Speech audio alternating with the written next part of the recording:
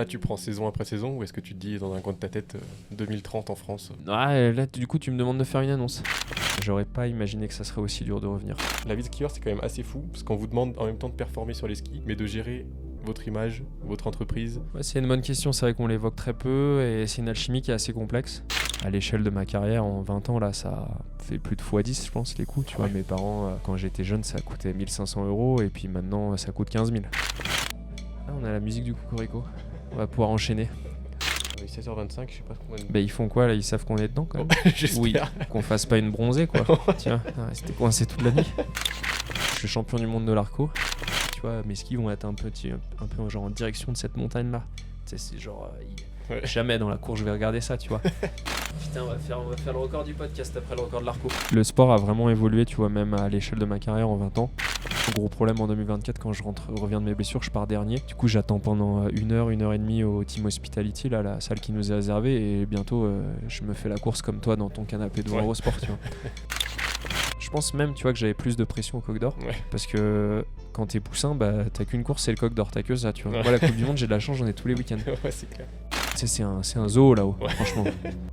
Il vomit au départ.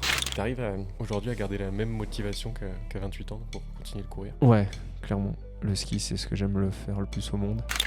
Je vais poser toutes ces questions, du coup je suis content d'avoir les réponses. Bienvenue à bord de Télécabine. Dans ce podcast, nous parlerons jamais de performance ou de tableau d'affichage, car mon objectif premier, c'est de vous faire découvrir l'humain derrière le dossard. J'ai à cœur de vous faire nouer une relation plus forte avec vos idoles et les athlètes que vous suivez tous les week-ends. Et pour cela, dans Télécabine, on prend le temps de discuter avec les femmes et les hommes qui, malgré leur niveau exceptionnel, ont eux aussi leurs doutes, leurs routines, leurs galères, leurs rêves et leurs petites victoires. Je m'appelle Maxime, ou The Frenchy Outdoor pour ceux qui me connaissent déjà, immense fan de ski alpin. Et dans ce podcast, ce fan va discuter avec les meilleurs mondiaux, sans filtre, sans langue de bois, comme entre potes. Installez-vous confortablement, la cabine va démarrer. Bienvenue dans Télécabine, le podcast qui remet l'humain au cœur de la performance.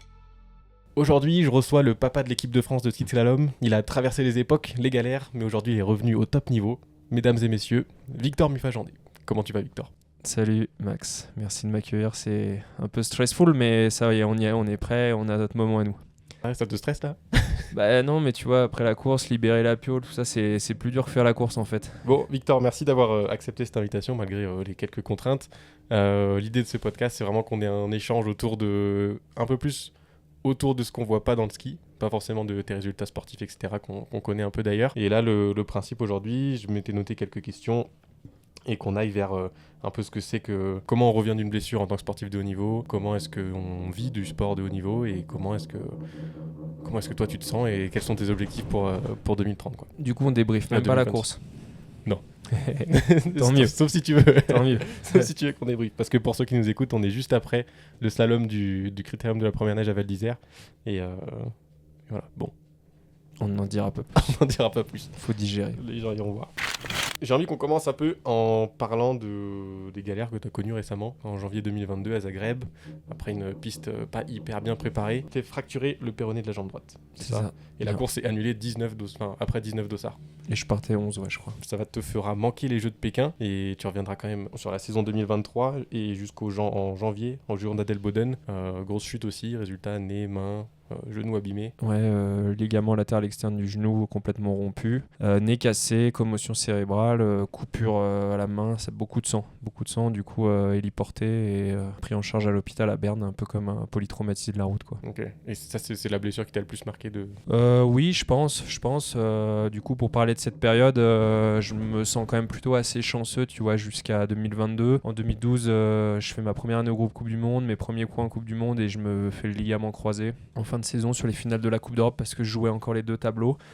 Je fais une énorme chute en Super G, j'appréhende mal une porte en courbe avec une courbe avec un saut. J'accepte la blessure en 2012 et puis j'essaye de prendre tout le positif de tout ça et c'est vrai que c'est ce que tu vas vivre cette année. Quand tu te fais un croisé, je trouve que tu réapprends plein de choses sur ton corps et tu arrives à t'en servir. Mis à part cette période-là, je trouve je me suis cassé le bras aussi en 2018 sur la phase de Bellewaerde, en 2008, pardon. En Coupe d'Europe, mais c'était pas des blessures très graves et du coup jusqu'à 2022 où j'ai plus de 30 ans, finalement je trouve que je suis passé quand même plutôt assez à côté, j'étais plutôt chanceux, ça dépend si tu vois le verre à moitié vide, à moitié plein, mais clairement que du coup ces 2 années là je pensais pas les vivre dans ma carrière et au final j'ai dû affronter ça. Est-ce que revenir de telles blessures à 24 ans, c'est plus simple qu'après la trentaine? Ouais, alors je pense que le plus dur, c'est vraiment quand ça arrive dans les très jeunes années, tu vois, entre 16 et 20 ans. Moi, c'est ce que je te disais, la chance, mon premier croisé, je touche du bois, je sais pas si tu veux du bois. Enfin, mon croisé, en fait, quand je me le fais, j'ai déjà 25 ans et je suis en Coupe du Monde. Du coup, bah, t'es quand même tout de suite pris en charge, t'es un bon chirurgien, t'es bien accompagné dans la rééduque et tout. Donc, je me considérais déjà chanceux à l'époque parce que je pense que quand tu te le fais de 16 à 20 ans, en pleine croissance, dans les moments charnières de ta carrière, c'est beaucoup plus dur. Et par contre, c'est sûr que quand c'est arrivé là à 33 ans à peu près, je suis pas très précis sur les dates, mais à peu près 33 ans, j'aurais pas imaginé que ça serait aussi dur de revenir. En fait, c'est surtout les 2 ans de blessure enchaînés. Ouais. C'est ça qui est... Il y a peu de coureurs, je pense, qui le vivent, mais en fait, moi, je me suis rendu compte que quand tu perds 1 an, ça va, tu retrouves le rythme. Quand tu perds 2 ans de suite, après, t'as perdu l'habitude de la course. C'est vraiment ce qui m'est arrivé en 2024, où je savais plus ce que je devais faire le jour de course. Je savais plus comment je devais être, comment j'étais dans le départ, tout ça. J'avais perdu mes repères, vraiment. C'est ça qui a mis du temps à revenir. Quand malheureusement tu fais cette chute, bon, j'imagine que tu repenses pas à l'après tout de suite, mais est-ce que le plus dur c'est de savoir que le corps a pris tarif, ou est-ce que c'est dans la tête que tu te dis putain, il va falloir encore que je passe à travers je sais pas combien de mois de rééduc? Bah, c'est sûr que je l'ai souvent dit quand je suis dans le fil à Delboden, je me dis direct, voilà, coup sur coup, 2 ans de suite, c'est peut-être le moment de passer à autre chose, tu vois. Ça m'est vraiment passé par la tête. Et après, ce qui a fait du bien, c'est que le diagnostic du genou, qui était catastrophique au début, était relativement plutôt positif après. Donc du coup, tout de suite, ça m'a remis dans une dynamique. Mais ouais, quand c'est les deux, en fait... pareil, je me sens chanceux parce que dans ces blessures-là, je garde quand même très peu de séquelles aussi. Et j'ai des collègues qui auront bien plus morflé et qui auront été bien plus impactés sur la suite de leur carrière. Donc, mine de rien, dans mon malheur, j'ai quand même été plutôt chanceux. Quand t'entames la rééduque, t'as une vraie envie de revenir, ou est-ce que tu te dis je vais faire étape par étape et voir où est-ce que ça m'emmène? Non, en fait, vraiment, je trouve que c'est que des petits steps. Tu vois, la rééduque, en fait, finalement, on te dit toujours ouais, tu auras le temps et tout. Et puis, c'est ce que tu découvres cette année. Quand la rééduque, c'est un métier à plein temps. T'as pas tant de temps que ça à côté, et du coup t'es concentré sur tes petits steps, tu vois. Au début t'as l'opération, faut gérer l'anesthésiste, le rendez-vous avec le chirurgien, ensuite faut récupérer de l'opération, et ensuite faut dégonfler le genou, ensuite faut faire des contractions, et ensuite faut réapprendre, faut gérer les béquilles, après faut marcher avec les béquilles, après faut marcher sans les béquilles. Donc finalement t'es hyper focus sur tous ces petits steps, tu vois, step by step, et puis et après coup, c'est pas genre il y a un déclic où j'attends et tout, quoi. C'est chaque jour au quotidien, je suis dans mon présent et j'essaye d'avancer, quoi. Ouais, il y a plein de mini-objectifs qui se remplissent assez vite, donc c'est vrai que comme t'as un horizon un peu moins long terme, c'est assez gratifiant de se dire aujourd'hui j'ai enfin récupéré ma flexion. Ouais, et puis je pense que t'es porté par cette remise à niveau et ce retour sur les skis, tu vois. Du coup, ça te pousse au quotidien et t'as tes objectifs et t'avances, quoi. Et là, effectivement, la rééduque, c'est quand même un truc à plein temps. Est-ce que tu continuais de regarder les courses de ski, ou est-ce que tu te disais, putain, j'aurais pu y être, mais... Non, je suis passionné de ski. Le plus dur, ça a été les JO, je pense. Tu vois, c'est complètement différent les 2 blessures, parce qu'en 2022, j'ai clairement rien à me reprocher. Tu vois, je suis quand même sensiblement une victime du truc. Et du coup, j'ai la sensation qu'on m'a un peu volé mon moment, et surtout les JO. Tu vois, ça c'est vraiment difficile. 2023, c'est complètement différent. L'accident, il est vraiment, il est assez conséquent. J'ai fait des erreurs, je les assume, et puis. Et j'essaye de me remettre, tu vois. Donc voilà, j'ai pas coupé complet, j'ai suivi le ski. Il y a eu des périodes forcément où j'ai un peu plus déconnecté, mais j'ai pas été dégoûté du truc, tu vois. Je sais pas si on peut le dire, mais est-ce que t'es vraiment remonté contre l'organisation? Oh bah là, on est Attends, c'était en quelle année? 2022. Ouais. On est presque 4 ans plus tard. Ouais. Actuellement, je suis revenu presque à mon meilleur niveau. Ouais. Donc, si tu veux, mon pari, il est gagné. Tu vois, moi, c'était vraiment... si les gens iront se renseigner sur l'affaire, mais c'est vrai que du coup, derrière, j'ai perdu tous mes classements. Je suis reparti de zéro. 2024, c'était très, très compliqué. Mais là, depuis 2025, d'être revenu dans les meilleurs mondiaux, j'ai gagné mon pari. Tu vois, j'ai gagné des manches de Coupe du Monde. Forcément, j'aimerais encore aller plus loin. J'aimerais remonter sur un podium.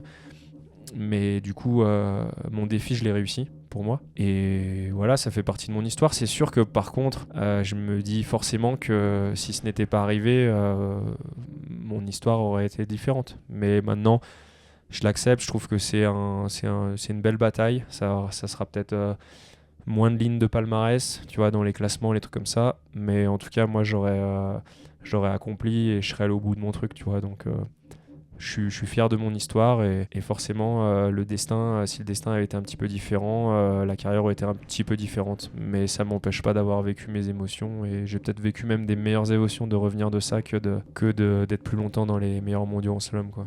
Ouais, c'est plus gratifiant de se dire j'ai affronté, j'ai Je vaincu. pense, je suis allé au bout de moi-même, je me suis vraiment découvert, humainement j'ai vécu un truc qui était quand même fort malgré tout, enfin qui était plus fort peut-être que de rester dans mes 15 meilleurs mondiaux et de faire mes courses de slalom, quoi. Tu skis différemment depuis que tu es revenu de blessure? Physiquement, non, je dirais pas ça. En fait, je trouve que ces blessures, elles ont cassé la dynamique que j'avais mise en slalom, tu vois, en 2020, après le Covid. Avec Salomon et mon technicien Valentin Montbéton à l'époque, on met en place un projet slalom de fou. Salomon, ils refont des skis à partir d'une feuille blanche à Annecy.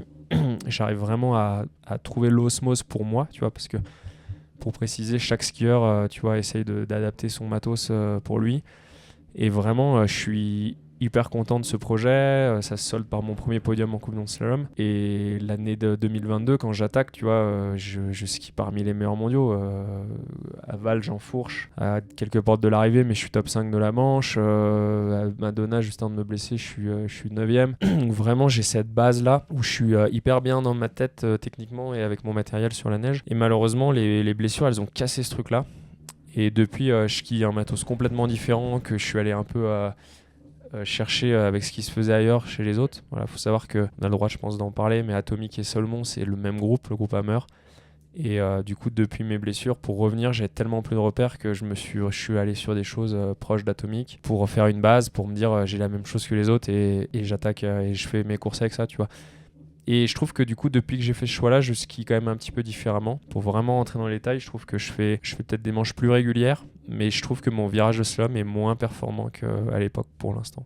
Mais j'y travaille. Et ça, c'est à travailler sur toi, ta façon de faire, ou est-ce que c'est aussi la planche Ouais, je pense que c'est un peu le matos, tu vois. Je trouve que le matos me convient un petit peu moins. J'aimerais quelque chose d'un peu plus libéré. Pouvoir skier un peu plus haut en bassin. Je pense qu'aussi j'idéalise et qu'aussi le slalom en 4 ans, il a énormément évolué. Tu vois que le niveau, la densité, elle est encore plus importante. C'est fou. Et c'est ça qui est difficile aussi. Il faut bien garder du recul. Des fois, tu idéalises, tu te dis ah putain, il y a 4 ans, je skiais mieux. Bon, peut-être qu'il y a 4 ans, je skiais pas si bien que ça. Et c'est juste que le niveau a vraiment monté, tu vois. Ouais, c'est clair que aujourd'hui, ça va, il y avait quand même de l'espace sur la qualif, mais c'est vrai que ça... 2,34, tu trouves c'est de l'espace? Non, je sais pas, en vrai, dans une vie, c'est quand même pas grand-chose, mais non, mais c'est ça que je trouve ça assez ouf. On en a parlé avec les autres invités, c'est que vous travaillez 10 mois dans l'année 12 mois dans l'année, en vrai, pour finalement ces 2 secondes 34 qui sont précieuses, quoi. Ouais, je trouve que cette année, il y a encore un cap qui est passé sur les disciplines techniques, enfin celles que je fais, quoi. Slalom, mais je trouve en géant, on l'a vu quand même aussi là depuis 2 courses. En gros, tout le monde se retrouve en 2 secondes à la 2. Et il y a des mecs qui ont fait des podiums en Coupe du Monde ou des victoires qui se retrouvent des fois à 20, 25e. Ouais. Tu vois, on le voit aujourd'hui encore, Vinatzer, il est 26, il remonte 4, quoi. Et en fait, il y a un énorme brassage. C'est excitant quand même, tu vois. Ça se dit que tout le monde peut prendre sa chance. On l'a vu, là, on voit des belles courses quand même, je trouve.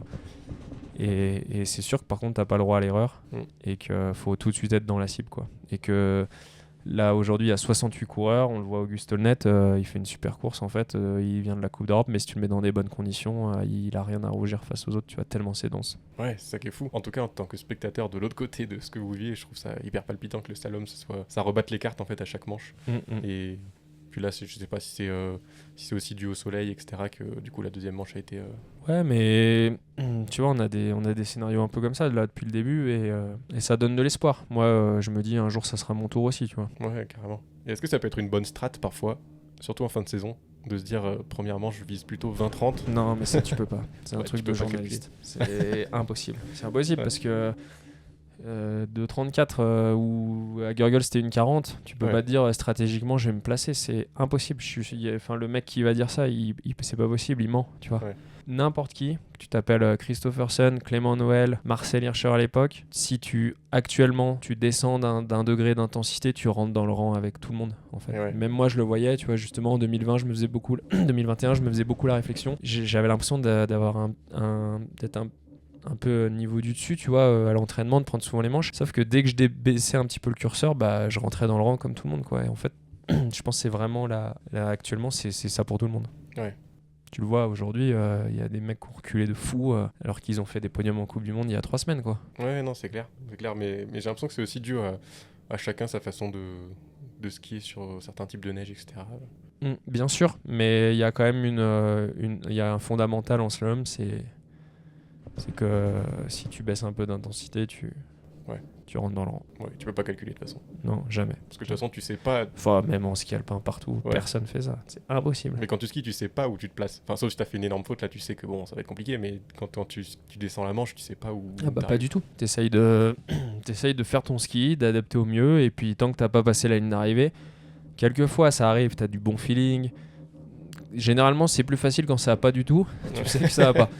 Mais quelquefois, t'as des bonnes surprises où t'as un bon feeling, tu te dis ça y est, j'ai fait une bonne course, mais ça arrive aussi de te dire j'ai un super feeling et de prendre une énorme tabasse, tu vois. Ouais. Ça arrivait à tout le monde aussi, ça. Ouais, Donc, ça peut surprendre. donc non. Vraiment, tant que t'as pas franchi la ligne d'arrivée, que t'as pas vu le panneau d'affichage, t'es jamais vraiment rassuré. Tu le cherches d'ailleurs ou pas le tableau d'affichage où tu sais où il est quand t'arrives? Ouais, je le cherche, ouais, bien sûr. Tu veux tout de suite savoir. Je pense que c'est une des émotions les plus fortes dans le ski alpin. Enfin, ce moment de suspension après la ligne. De suspension, le hasard et d'avoir la délivrance ou pas, tu vois. Ouais. Et c'est un peu complexe des fois parce qu'il y a ton temps de manche aussi. Alors ça t'arrive des fois d'avoir genre 5 secondes, tu comprends pas trop. tu vois 2 chiffres, alors tu sais pas si c'est. Des fois, un peu, t'es plus trop lucide, tu sais pas si c'est ton temps de manche ou ton temps total. Ouais. T'arrives cuit après une manche comme ça, là. C'était, je sais plus combien ça se jouait, mais. Aujourd'hui, je crois que c'est 48. T'as pas fait le jeu d'ailleurs. Non, parce que je me suis levé trop tard. Mais ouais, non, aujourd'hui ça va. On est un peu moins en altitude que Gurgle. Et puis bon, là on est à la 3ème course, on a déjà fait un peu plus de volume et tout. Mais ouais, c'est un effort lactique, pareil pour ceux qui suivent pas trop le ski. C'est comme faire un 400 mètres en athlée entre 400 et 800. Ah oui. Donc quand tu arrives au bout de 50 secondes, à chaque virage, tu as tout donné. Là aujourd'hui, je dirais pas qu'on est cuit, mais en tout cas, c'est sûr que tu es moins lucide sur la fin. Aujourd'hui, tu as décidé d'arrêter un peu les autres disciplines. Jusqu'à quelle année tu faisais plusieurs disciplines? Jusqu'à l'année dernière. Enfin, l'année dernière, j'ai fait les 2 premiers géants. J'ai fait 26e à Zolden, j'ai pas pris la qualif à Beaver, et puis après, je suis parti sur un projet exclusivement slalom. Ok. Et pourquoi est-ce que tu as fait ce choix-là? Ouais, alors là-bas, c'est pas moi qui fais le choix, mais c'était bien qu'on le fasse pour moi parce que j'arrivais peut-être pas à me décider. En fait, c'est de plus en plus compliqué de faire plusieurs disciplines, surtout en technique. Tu vois, géant et slalom, ça devient vraiment 2 mondes différents. Avec la densité dont on parlait aussi. Ce qu'on parlait, franchement, il faudrait regarder aujourd'hui, mais des mecs qui ont performé sur les deux, il y a les top athlètes, il y a Loïc, Christo, Bratton, tu vois, les mecs, mais qui sont installés dans les deux, qui ont un staff presque perso autour d'eux aussi. Mais sinon, 80% des mecs, c'est des mecs qui font plus qu'une, et parce qu'en fait, le niveau, il est tel. Et moi, j'étais le dernier en France déjà à faire les deux, depuis qu'Alexis a arrêté le slalom. Et je me retrouvais en fait on a de moins en moins aussi à cause de la météo, des budgets et tout. On a quand même moins de journées de ski qu'avant aussi. Et je me retrouvais, en fait, il fallait que je sois aussi performant que Clément Noël en slalom, ou que Thibaut Favreau en géant, mais avec moins de journées d'entraînement. Et tu vois, un week-end de course, quand t'as fait le géant la veille, que le dimanche matin, là, faut se remettre la phase de Bellevarde, bon, t'es quand même moins frais. Je pense que ça passait bien les années d'avant, mais là, la densité et le niveau sont tels que j'ai envie de jouer la carte à fond du slalom. Et ce choix-là, il s'est fait assez facilement parce que, comme je te le disais, depuis 2021, la dynamique, elle est bien meilleure en slalom, en géant. J'ai fait des belles choses avant de me blesser à Delboden. Je pense que je suis presque pas loin du top 5, tu vois. Mais mine de rien, j'avais pas plus de difficultés à l'entraînement, donc je voyais bien le potentiel et j'ai envie de jouer cette carte à fond du slalom. Ouais. C'est marrant que tu dises c'est difficile de jongler sur un week-end comme ça où il y a 2 courses, mais hier après le géant, j'ai vu il y avait Marco Schwartz qui direct après la manche, il avait pris son sac et il avait déjà les protects de slalom pour aller taper 3 manches de 3 manches de slalom pour être chaud pour ce matin. Ah, pas mal. C'est quand même, ouais, c'est costaud quoi. Ouais, normalement quand tu fais les 2 manches, tu vas vite à l'hôtel et puis tu mises sur le talent quoi. Ouais. Mais bon, ça a payé aujourd'hui, fait une belle course. Ouais, c'est clair. Et qu'est-ce que ça te fait de revenir dans les 15 là? Presque. Non, je suis pas encore. Ouais, bientôt. Non, de toute façon, c'est un peu comme la réduc, c'est un travail quotidien en fait, tu vois. Tous les week-ends, il faut remettre la machine en route. Il n'y a jamais rien d'acquis. Tu vois, je suis très content il y a 3 semaines. Aujourd'hui, moins. Je pense que je réalise pas trop. Pour l'instant, c'est sûr que je le réaliserai plus si je suis face à un tirage au sort, des trucs comme ça. Tu vois, là, je vais profiter. Là, je suis aux portes des 15, mais il me manque quand même un petit gap aussi pour aller le chercher. Et là, je consolide, mais voilà, faut encore passer un petit step, mine de rien. Je m'en rendrai compte sur le prochain, le tirage. Ouais, je me dirais, ouais, là, quand même, c'est cool. Ouais, là, j'y suis. Ouais, t'es revenu. Ouais. On reviendra un peu plus tard sur ta façon de courir et les objectifs que tu as pour cette saison, pour peut-être 2030, espérons. Mais l'ADN de Télécabine, c'est de comprendre et connaître les athlètes. Il y a un sujet dont on n'entend jamais parler, c'est l'argent. La vie de skieur, c'est quand même assez fou, parce qu'on vous demande en même temps de performer sur les skis, mais de gérer votre image, votre entreprise et tout ce qui tourne un peu autour. J'imagine que la Fédé aide aussi beaucoup sur certains sujets, mais voilà, comment est-ce que tu gères tout ça ? Ouais, c'est une bonne question, c'est vrai qu'on l'évoque très peu et c'est une alchimie qui est assez complexe.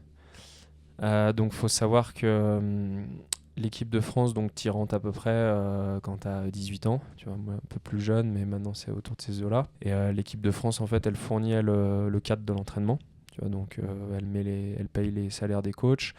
Il y a les bus, elle s'occupe de ton hébergement sur les stages officiels et les compétitions. Donc ça te permet de pratiquer ton sport à moindre coût, on va y venir, qui est un sport très coûteux, le ski. Voilà, de plus en plus, à l'échelle de ma carrière, en 20 ans, là, ça fait plus de x10, je pense, les coûts. Tu vois, mes parents, quand j'étais jeune, ça coûtait 1 500 €, et puis maintenant, ça coûte 15 000 pour un gamin au même stade où j'étais il y a 20 ans, quoi. Donc c'est au moins x10.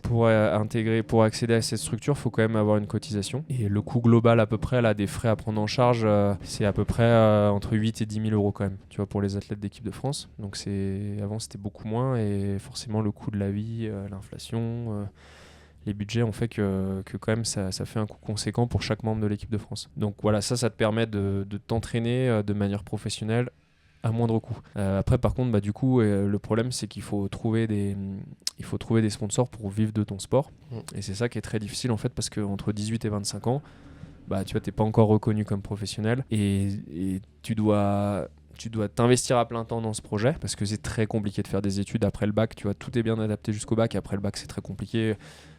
Tu l'as vu, la météo, ça change tout le temps, les stages, ça change tout le temps. C'est très difficile d'avoir un programme stable et établi par rapport à un mec qui fait genre du basket ou de la musique. Tu vois, lui, il sait qu'il va être au gymnase ou à la répétition de 5 à 7 tous les jours, et il peut établir ses examens, ces trucs comme ça. Nous, en ski, ça change tout le temps en fonction de la météo et des déplacements, donc c'est super compliqué. Et du coup, tous les sponsors de la fédération que j'ai là sur moi, c'est un bon exemple, j'ai bien fait de mettre la veste. Eux, ils servent à du coup payer la structure, les coachs et tout, mais toi, t'as pas de revenus de ces sponsors. Ouais.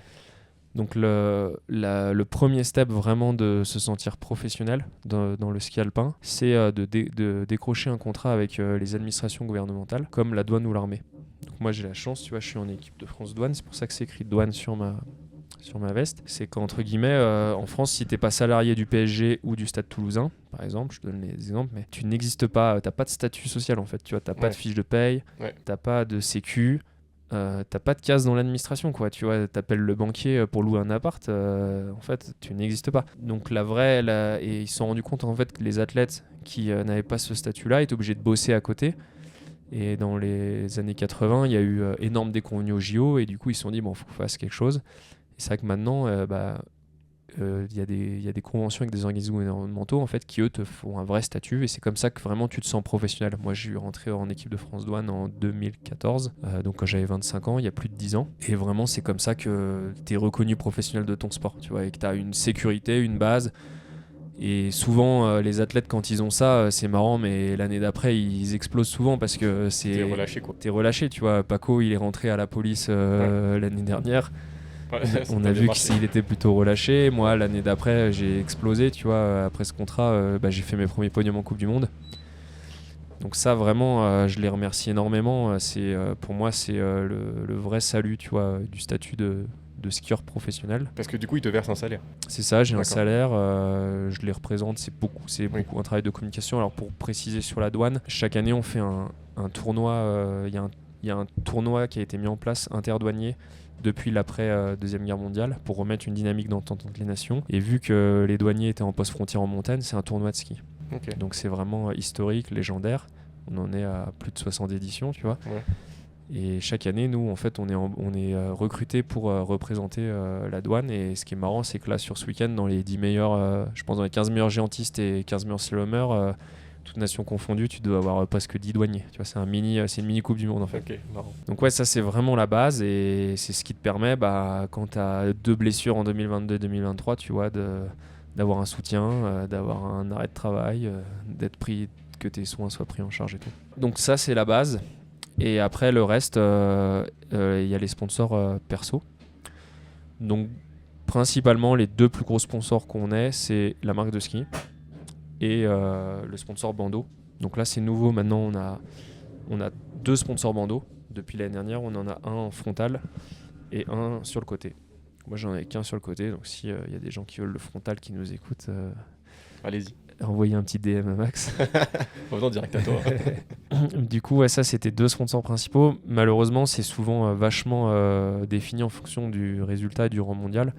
Donc, tu comprends bien que quand tu te blesses, t'as pas grand-chose. Et pour les jeunes, c'est aussi difficile. Donc voilà, c'est pas quelque chose sur lequel tu peux te baser. C'est sûr que ça peut être un très bon revenu. Ça va très vite dans les 2 sens. Tu vois. Mais c'est pas quelque chose de fixe et de fiable. Et à côté de ça, il y a les prize money. Et à côté de ça, il y a les prize money. Ouais, les prize money, c'est toujours un peu trompeur. Parce que bon, on a quand même un sport qui est dans une activité économique qui est forte, même si des fois on aimerait que tous les acteurs participent encore plus, parce qu'on a le milieu qui est très très développé, mais malgré tout on a de la chance, parce que tu vois, je compare à nos potes du ski de fond, c'est des sports où on vend moins de skis, moins cher, les forfaits, il y a moins de monde, c'est moins cher, et ils ont quand même, c'est beaucoup plus compliqué pour eux. Nous on a de la chance quand même, on arrive à trouver aussi un petit peu des mécènes qui nous aident. Et pour revenir au prize money, c'est toujours un peu trompeur. Pareil, les journalistes aiment bien, tu vas faire le classement des prize money. Ce qu'il faut savoir, un prize money, en fait, déjà, c'est qu'il y a des taxes dans chaque pays où tu cours qui peuvent aller jusqu'à 40%. Donc, quand on te dit Kitzbühel, c'est 100 000 € la victoire, en fait, c'est 100 000 moins 40%. Donc, tu vois, ça fait vite différence. Et après, tu repayes tes impôts en France. Donc, ouais, les prize money, c'est un petit complément, mais je te dis, c'est vraiment plus les primes qu'on va avoir au résultat par rapport à la marque de ski et les sponsors bandeau. Ouais, donc avec les prize money, tu fais pas une saison, quoi. Enfin, si, ça dépend. Ça dépend en fait, du coup, pour te résumer, si on fait une globalité, on va dire à peu près. Alors, il y a des grosses disparités en fonction des pays. On sait jamais trop les détails, mais ce qui est sûr, c'est qu'en Suisse et en Autriche, quand t'es skieur, c'est comme si t'étais footeux. Donc, du coup, on n'est plus du tout sur la même planète, je pense, tu vois, en termes de revenus, que ce soit les sponsors, tout. Mais si on se base au niveau français, si on va dire que un jeune qui va arriver de la Coupe d'Europe et qui est pas encore en Coupe du Monde, là il va vivoter, tu vois.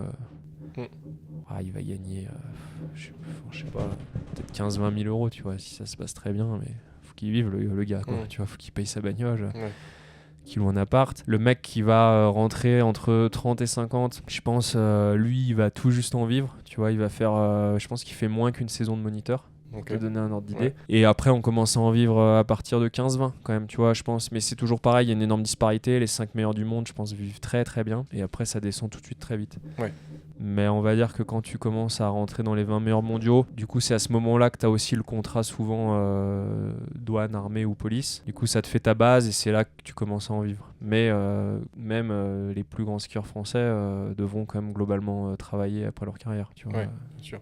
Et ça te met une pression, ce besoin de résultats pour aller chercher alors plus du tout, j'ai de la chance quand même parce que j'ai plutôt réussi et ça m'a un petit peu libéré, mais ça a été un peu de la pression, tu vois, au tout début. En fait, en 2015-2016, je fais des très belles saisons, je progresse et là je commence à gagner ma vie. Et par contre 2017, je fais une mauvaise saison, tu vois, j'ai un peu des problèmes l'été, j'ai eu des problèmes un peu sur le matos, pas bien skier et tout.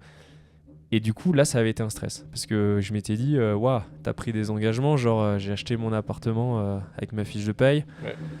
Mais là en fait tu te rends compte que d'un coup ça se trouve tu vas pas pouvoir rembourser l'emprunt, tu vois. C'est cette année-là vraiment que ça m'avait marqué. Et puis après, depuis, je me suis assez stabilisé. Mon rythme de vie s'est stabilisé. Et du coup, ça va. Tu vois, je me dis pas, je suis pas là pour courir, pour gagner de l'argent et tout. C'est un peu stressant. J'ai perdu mon sponsor depuis 2 ans, comme on en a parlé. Et du coup, forcément, c'est un manque à gagner. Mais malgré tout, je suis là pour faire du ski, je suis en bonne santé et heureusement j'ai la douane qui est là aussi pour vraiment stabiliser le truc et certains sponsors qui m'ont pas lâché, tu vois. Sur tes sponsors, là, tu disais que tu as des primes de résultats aussi. Ça peut faire du simple au double ou est-ce que c'est des petits bonus en plus si jamais tu perfs? Alors je t'ai dit, il y a quelques petits sponsors mécènes qui t'aident, eux ils te font une partie fixe parce que c'est leur budget. Ouais. Et après les primes c'est sur la marque de ski surtout et un peu sur ton sponsor Mando. Mais sur une marque de ski, ça peut aller du simple au triple suivant les résultats que tu fais. Ce qui est normal parce qu'en fait, Oui, si tu veux, veux, de la visibilité. il n'y a pas de... Il y a pas de magie en fait, c'est des choses bien préétablies en fonction des résultats que tu vas faire, ça va apporter tant de visibilité à la marque. Bien sûr. Et du coup, c'est fait en fonction de ça, tu vois, c'est des vases communicants et forcément, si tu fais une victoire, t'es beaucoup mieux payé qu'une 10e place parce que la marque, elle aura beaucoup plus de retour sur investissement en termes de visibilité et de communication. Une saison au global, entre tous les déplacements, les entraînements en Amérique du Sud, tous les déplacements de la Coupe du Monde, ça se chiffre autour de combien, globalement, pour un skieur? Ouais, c'est très compliqué en fait parce que moi j'ai pas vraiment le courriel parce que c'est la fédération qui gère ça. Et puis en fait si tu divises, ça dépend en fait du staff, tout ça, tu vois, si tu vas diviser parce que nous les athlètes on apporte aussi des choses à la fédération, tu vois, il y a le ministère des Sports via l'Agence nationale du sport, suivant si t'es top athlète ou pas, il va aussi donner plus ou moins de crédit, tu vois, mais quand t'as un mec comme Clément Noël, forcément il rapporte aussi des choses à la fédération. Il y a des sponsors fédéraux, ils bénéficient aussi des résultats d'Alexis Pinturo par exemple ou de Clément Noël, donc tu vois c'est un espèce de cercle vertueux entre guillemets. Et puis après si tu prends dans le calcul, si tu prends que les coûts d'hébergement et de déplacement de l'athlète, c'est complètement différent que si tu vas aussi prendre le coût des entraîneurs et des techniciens, tu vois. Mais c'est vraiment très très cher. Souvent, on en a déjà parlé. Et je pense que si tu prends le coût des techniciens, on a la musique du Cocorico. On va pouvoir enchaîner. Si tu prends surtout ce qui coûte très cher, c'est le technicien. Tu vois, moi, j'ai quelqu'un qui est mis en place à l'époque, c'était uniquement par Salomon. Actuellement, c'est moitié Salomon, moitié Fédé. Et le technicien, faut lui sortir un salaire, faut payer ses déplacements, faut sortir un bus et surtout faut payer aussi le prix des excédents de bagages quand tu mets les skis dans l'avion. Et ça c'est hors de prix, tu vois, parce que quand on va en Argentine, il faut amener pas mal de paires ou quand on va aux États-Unis, quand les gentilles vont aux États-Unis. Combien de paires? On essaie de limiter, mais tu vois, si tu veux faire Copper Mountain et Beaver Creek en géant de manière pro, je pense que tu es au moins obligé d'emmener une quinzaine de paires, tu vois. Mettons, tu as 2 modèles. Suivant la qualité de la neige, et t'as au moins 5 paires par modèle, et puis peut-être t'en as un troisième, t'es entre 10 et 15 paires. Donc ça coûte vite 2-3 000 euros, tu vois, dans le voyage. Après, il y a le retour, faut les ramener les skis. Donc non, je pense que si on fait le coût à l'année entre le salaire des entraîneurs, des kinés et du technicien, et qu'on divise ça par le nombre d'athlètes du groupe, à mon avis, on est pas loin de 80 000 euros par athlète, par tête, quoi. Ouais. Et toi, ça, de ta poche, t'as rien à sortir? Si, oui, les 10 000 euros de la saison. Les 10 000 euros, ouais. Ok. Mais c'est un système, là, faut froisser personne et bien expliquer. Mais en fait, c'est un système... moi, peut-être qu'actuellement, tu vois, parce que la FIS, des fois aussi, elle verse des crédits en fonction de ton rang mondial. Donc peut-être qu'actuellement, je coûte moins que ce que je coûte moins à l'époque. Peut-être qu'actuellement, à la Fédé, je coûte un peu moins et je ramène un petit peu de par mes résultats. Mais par contre, j'ai bénéficié de ce système depuis que j'ai aussi 16-17 ans, tu vois. Donc, en gros, voilà, il y a quand même tout un système. Du coup, tu fais les efforts aussi parce que tu en as bénéficié avant, tu vois. Donc, c'est comme ça que le système tient aussi. Merci d'avoir un peu éclairé ce sujet. Moi, je me posais toutes ces questions. Du coup, je suis content d'avoir les réponses. Et puis, j'en parlais aussi avec Adrien Guibelin qui a été ton kiné en équipe de France, bien sûr, qui est actuellement le mien pour mon retour sur pied, et il m'avait déjà un peu décortiqué le sujet et je trouve ça hyper intéressant de l'approfondir. Il est 16h25, je sais pas ce qu'on va... ils font quoi là? Ils savent qu'on est dedans quand même. J'espère. Oui, qu'on fasse pas une bronzée quoi. Tiens, c'était coincé toute la nuit. C'est clair. J'avais envie d'aborder une dernière partie entre course, objectif et ce qui se passe un peu dans ta tête, parce qu'on sait que t'es un aficionados de la reconnaissance. Je voulais comprendre un peu comment est-ce que tu fonctionnais quand le matin t'arrives, t'as ton tracé. Qu'est-ce qui se passe? Tu vas en haut et t'as 30 minutes pour... Ouais, alors moi je suis champion du monde de l'arco, je suis connu pour ça. Je pense que Il n'y a pas beaucoup de monde qui me bat là-dessus. Mais non, je me suis toujours parti du principe que en fait, j'ai envie de tout analyser au mieux pour après être le plus libéré possible en course et avoir le moins de questions à me poser. Et c'est vrai que des fois, ça peut être peut-être négatif, tu vois, parce que des fois, si tu veux trop contrôler ou trop analyser, tu te noies. Mais en tout cas, je pense qu'actuellement, je suis assez bien réglé là-dessus. Et j'essaye vraiment, donc on va se référer au slalom, mais tu vois, j'essaye vraiment d'imaginer ma ligne que je vais avoir entre les piquets. J'aime beaucoup, tu vois, voir dans... Je pense qu'on est tous très différents. Moi, des fois, je me dis, les gens, ils doivent se dire c'est un psychopathe, tu vois, parce que des fois, je vais regarder des trucs et j'aime bien aller, tu vois, voir un peu mes points de déclenchement, mais vraiment au loin. Tu sais, genre, je me dis, tu vois, mes skis vont être un peu genre en direction de cette montagne-là. Tu sais, c'est genre... Jamais dans la course je vais regarder ça, tu vois. Mais je sais pas, ça me donne, tu vois, une genre de ligne globale, tu vois, et d'enchaînement et de fluidité. Et du coup, j'aime bien analyser ça et après, tu vois, voir vraiment le plus de détails possible pour, comme je te le dis, être le plus libéré et pouvoir m'exprimer au mieux derrière. Et quand tu arrives, tout à l'heure, je t'ai vu, tu arrives dans la raquette d'arrivée. Là, tu te refais le parcours dans la tête? Ouais, bien sûr. Fois. Moi, je le connais par cœur, le parcours. Et il y a beaucoup de slummers, c'est ça quand même. Loïc Meyer, pas du tout, je pense. Lui, c'est le champion du monde de la vitesse de Reco. Mais moi, en slam, c'est assez facile parce que du coup, je me base sur les rythmes. Tu vois, genre, je sais par exemple aujourd'hui que la mise en action, c'est cette porte et après, il y a une double. Tu peux t'appuyer sur les figures un peu spécifiques, double, banane, triple. Donc ça fait des secteurs. Des fois, sinon, s'il y a trop de portes simples, je vais me baser sur les mouvements, tu vois, mur, plat, tout ça. Mais ouais, bien sûr, du coup, dans ma demi-heure de reco ou 45 minutes la première manche, je vais aller étape par étape. Et puis plus je descends, plus à chaque fois, je repars du début, tu vois, pour vraiment tout mémoriser. Et puis une fois que je suis dans l'arrivée, on fait le bilan avec le coach un peu sur comment on voit le truc. Et je me la répète une ou deux fois dans l'arrivée. Après, j'essaie de me la répéter le plus possible. Tu vois, aujourd'hui, je trouve que je me la suis pas assez répétée parce que je suis à chaque fois été un peu dans des horaires bâtards. Et clairement, à Gurgle, par exemple, j'avais plus répété et je pense que j'aimais mieux, tu vois, plus visualiser. J'ai besoin de beaucoup visualiser. Mais c'est marrant parce que moi, la saison dernière, j'ai aussi essayé de commencer à me dire ok, je vais mémoriser toutes les portes. Et du coup, je me disais, je me faisais un rythme, ça faisait genre 1, 2, 3, 4, 5. Tu vois, genre le 4-5 était une double plutôt. Ouais. Mais après, en course, ça changeait rien, tu vois. Je sais pas si inconsciemment ça me disait c'est bon, t'as chopé le rythme, mais en course je me dis pas ok 1, 2, 3. Moi non plus, mais par contre le fait de...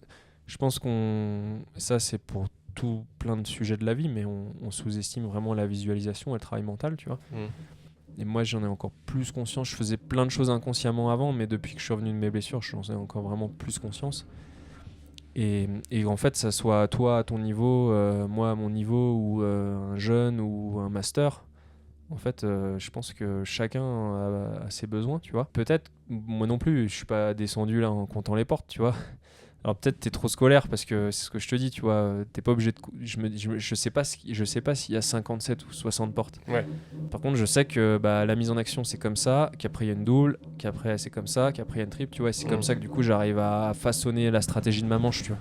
Et finalement arriver déjà prêt dans un tracé que t'as jamais skié, quoi. C'est ça, parce que la difficulté du ski alpin, de la course, surtout, c'est ce qu'on se rend compte. Vraiment, c'est deux mondes différents, l'entraînement et la course. Tu vois, l'entraînement, tu vas répéter 5-6 fois le même tracé, mais la course, en fait, tu dois être le plus vite possible et t'adapter le mieux dans quelque chose que tu n'as pas skié. Donc c'est comme s'il y avait que des premières manches à l'entraînement. Et vraiment, après, je te dis, chacun est différent. Il y en a, ils préfèrent ne pas savoir et se balancer à l'instinct. Moi, je sais que mon fonctionnement, c'est vraiment le répéter le plus possible. Comme ça, quand je m'élance, c'est comme si je l'avais déjà fait. Ouais. Et ton regard, il se porte à combien de portes devant? Ça, c'est pareil. Il y a la légende du slalom qui dit que le slalomeur, il a les yeux à la porte il a une porte d'avance. Mais non, moi, j'essaie d'être vraiment dans le présent, tu vois.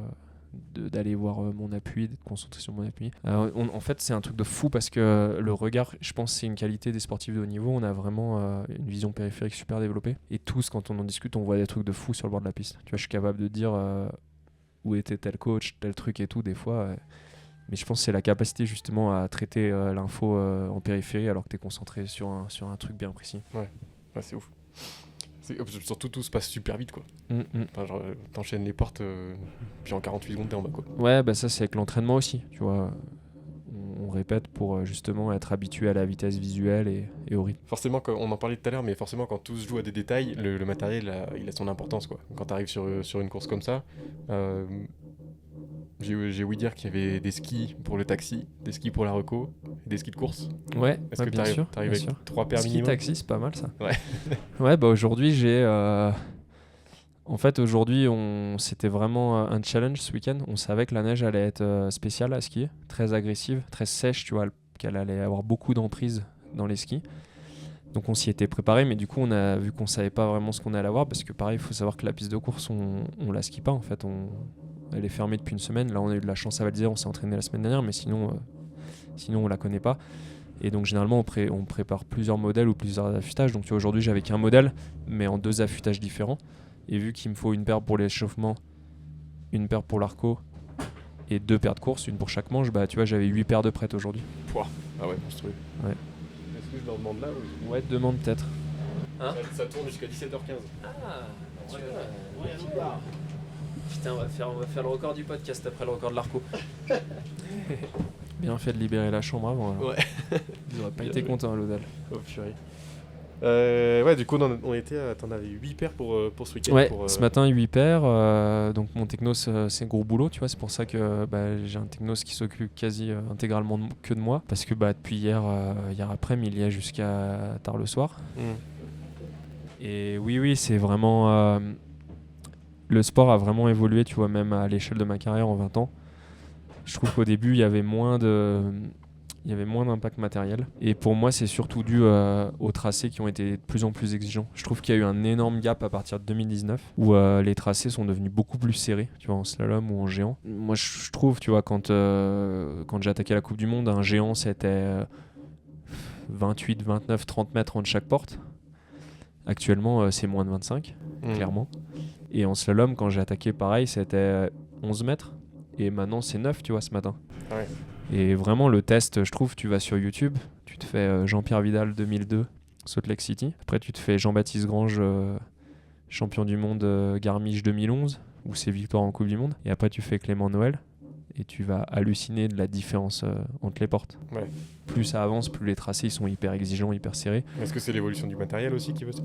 Ben ouais, mais du coup, je trouve que c'est là où le matériel a le plus d'impact, parce qu'à l'époque, tu vois, quand j'attaquais seulement en Coupe du Monde et que j'avais 11 mètres entre les portes, en fait, si tu veux, si t'avais des skis un peu trop exigeants ou un peu plus longs, un peu plus durs, tu t'en sortais en fait, tu vois, t'arrivais, t'étais peut-être un peu plus dessous, mais globalement, t'arrivais à t'en sortir avec ta technique ou ton physique et puis comment tu t'étais préparé et tout.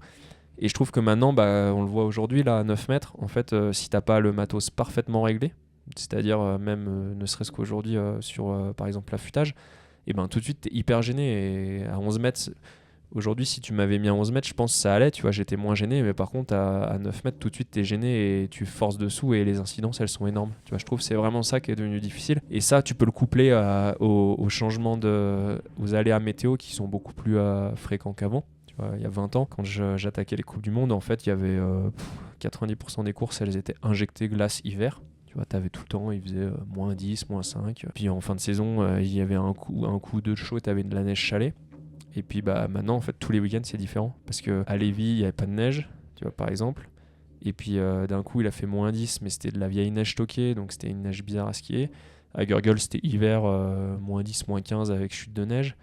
Et puis là, par exemple, on a eu un redout la semaine dernière, tu vois, très chaud, qui a changé le grain de la neige. C'est ça qui est très difficile, en fait, c'est que du coup, les tracés sont très exigeants. Il faut que ton matos soit parfaitement réglé, mais le problème, c'est que la neige change tout le temps. Donc, ce qui a marché à Gurgel ne marche pas forcément ici à Val d'Isère, tu vois. Ouais, bien sûr. Et après aussi, c'est peut-être un tout, le fait que le matos soit plus exigeant parce que la densité est plus dense. Le matos fonctionne mieux, tu vois, clairement, mais il fonctionne mieux, mais le cahier des charges, des exigences, il est beaucoup plus élevé qu'avant aussi, tu vois. Qu'est-ce qu'elles ont de différent entre elles, toutes ces paires? Tu me dis que tu as différents setups, mais est-ce que c'est essentiellement sur l'affûtage? Est-ce qu'il y a aussi du fart par rapport à la chaleur de la neige? Tu viendras visiter l'usine Salomon? Avec plaisir. Non, en slalom, si on se base sur slalom, le fart, on s'en fout clairement. Enfin, tu vois, le ski, en fait, il est je sais pas, 99,9% du temps sur la carre. Ouais. En courbe. C'est pas du tout comme en vitesse où il faut travailler la semelle, farter, imprégner les skis et tout. Géant un peu plus, mais slalom vraiment, c'est pas du tout la base de notre travail. Par contre, le ski, en fait, ce qu'il faut savoir, c'est qu'il y a des paramètres il y a énormément de facteurs qui rentrent en compte. Donc on va essayer de résumer assez vite, mais en gros tu as la ligne de côte, tu vois, c'est la silhouette de ton ski. Voilà, la ligne de côte c'est la silhouette de ton ski. Donc ça on a des règles imposées par la FIS, mais on peut aller jouer là-dedans. Donc tu vois, il y a des skis qui vont avoir une silhouette en X, c'est-à-dire aussi large en haut qu'en bas. Il y a des skis qui vont avoir une silhouette en tour Eiffel, plus large en bas, d'autres en V à l'inverse. Ça va influencer le dessin que ton ski va faire dans la neige, tu vois, la courbe. C'est-à-dire, genre, s'il est très large en spatule, il va rentrer très fort. S'il est fin, il va rentrer moins, mais il va peut-être plus pousser derrière. Voilà, c'est le dessin du ski dans la neige. Ça, déjà, donc tu travailles ça. Donc, les marques, elles vont développer plusieurs lignes de côte, une ou plusieurs. Tu vois, ça dépend un peu de la philosophie de la marque. Parce que ça, c'est assez compliqué. Il faut un moule, en fait. Un moule, ça coûte assez cher. Il faut l'usiner et tout. Donc, tu t'en fais pas 10 000, ça. Par contre, après, dans cette ligne de côte, tu vas faire des constructions différentes. C'est-à-dire, ça, c'est le sandwich. C'est ce qu'il y a dans ton ski. Tu vois, genre, tu vas mettre un noyau bois, mais de tel bois. Et puis après, tu vas mettre 1 mm de caoutchouc, 1 mm d'alu, 1 mm de fibre, machin. Donc ça, c'est ton sandwich. Ouais. Ça va influencer sur la tenue de ton ski, on va dire. Tu vois, et pareil, la construction qui marche sur la glace ne sera forcément bien différente que celle qui va marcher sur la neige agressive ou sur la neige de printemps. Okay. On n'a pas le même cahier des charges par rapport au terrain, donc du coup ça va être différent. Après, tu as encore la courbe d'épaisseur, là on va loin, mais c'est pour les passionnés ce podcast. La courbe d'épaisseur, c'est la taille de ton noyau, c'est-à-dire que ton noyau, en fait, c'est lui qui va définir un peu quand tu prends ton ski et que tu le regardes en plan de coupe. Ouais. Bah, du coup, si ton noyau, par exemple, il est très fin aux extrémités et puis très épais sous le pied, ou à l'inverse, plus progressif, bah, ça va vachement influencer sur le moment, comment ton ski va rentrer dans la neige. D'accord. Tu vois, du coup, il y a ça, pareil, ça fait des diffs de fou. Donc tout ça mis bout à bout, ça te sort un ski qui, du coup, va avoir une dureté différente, tu vois, parce que pareil, suivant le sandwich que tu as fait dedans et puis comment tu as taillé ton noyau, les points de dureté, ils sont pas les mêmes. Donc déjà, tu imagines les paramètres qu'on peut faire, et ça, tu le couples avec ta plaque, donc l'interface qu'il y a entre ta fixation et ton ski, qui peut être en aluminium, en plastique, plastique usiné, plastique injecté, avec telle articulation devant ou derrière, avec un piston dedans ou pas de piston, machin. Enfin, vraiment, il y a des possibilités infinies.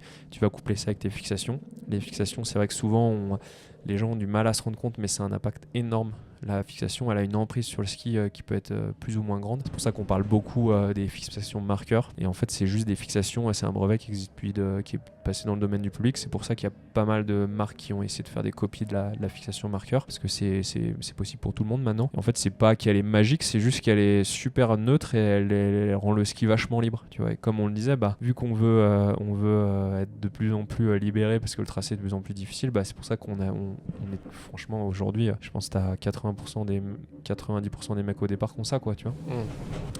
Et après, tu viens rajouter avec ta chaussure. Donc, tu vois, chaussures avec différents plastiques, différentes conceptions. Pareil, de l'extérieur, tu as l'impression que c'est les mêmes, mais il n'y en a pas du tout. Il y a vraiment différents modèles. Tes chaussures, il y a beaucoup de réglages, tu vois, sur les cales que tu mets dessous, l'angle que tu vas mettre de manière latérale, mais aussi de manière avant-arrière. Du coup, les chaussures avec ces différents réglages. Et donc maintenant tu fais du mathématique et tu vois, c'est une équation avec plusieurs facteurs entre ski, plaque, fixe, chaussures et la neige.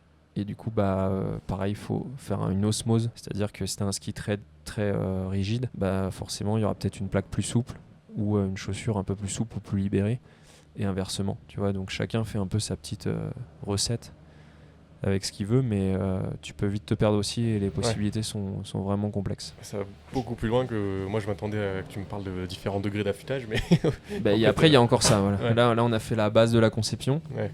Et maintenant, après, l'étape numéro 2, c'est la préparation. Et moi, je l'ai découvert tardivement. Tu vois, avec Salomon, justement, on était hyper concentrés sur développer les meilleurs skis du monde. Mais là, par exemple, vu qu'on a fait un choix un peu plus global depuis 2 ans, on s'est rendu compte aussi qu'à ski égal, à modèle égal, la préparation du ski peut avoir un impact de fou, tu vois, suivant la machine que tu utilises pour affûter. La pierre que tu vas prendre dans la machine, il y a différents grains.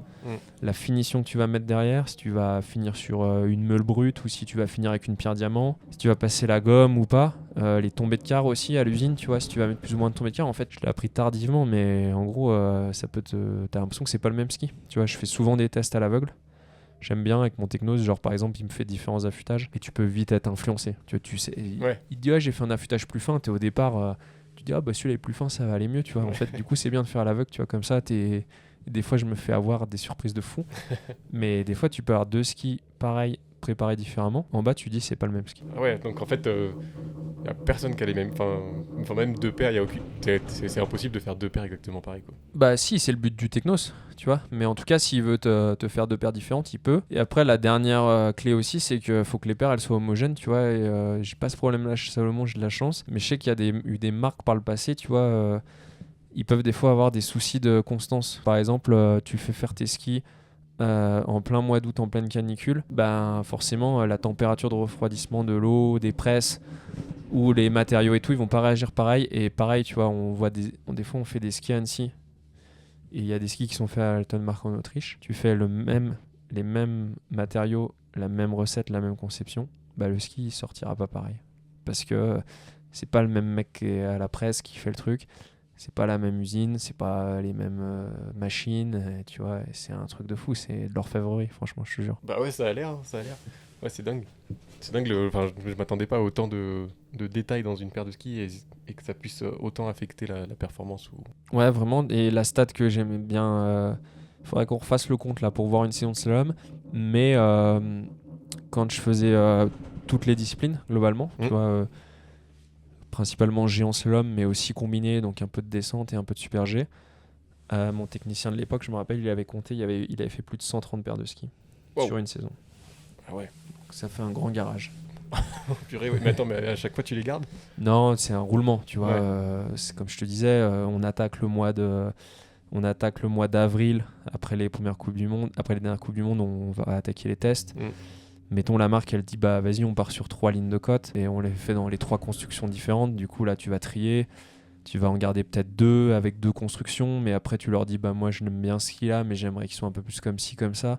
Puis ils vont faire évoluer, tu vois, et c'est de fil en aiguille. Du coup, les trucs, tu les rends, t'en as des nouveaux, ils produisent. Et puis, bah comme on le disait ce matin, si tu veux faire une Coupe du Monde avec un modèle de ski, il faut que tu l'aies à peu près au moins en 3-4 exemplaires minimum pour affronter une journée de course type, quoi. Bah écoute, merci pour tous ces détails, je trouvais ça hyper passionnant.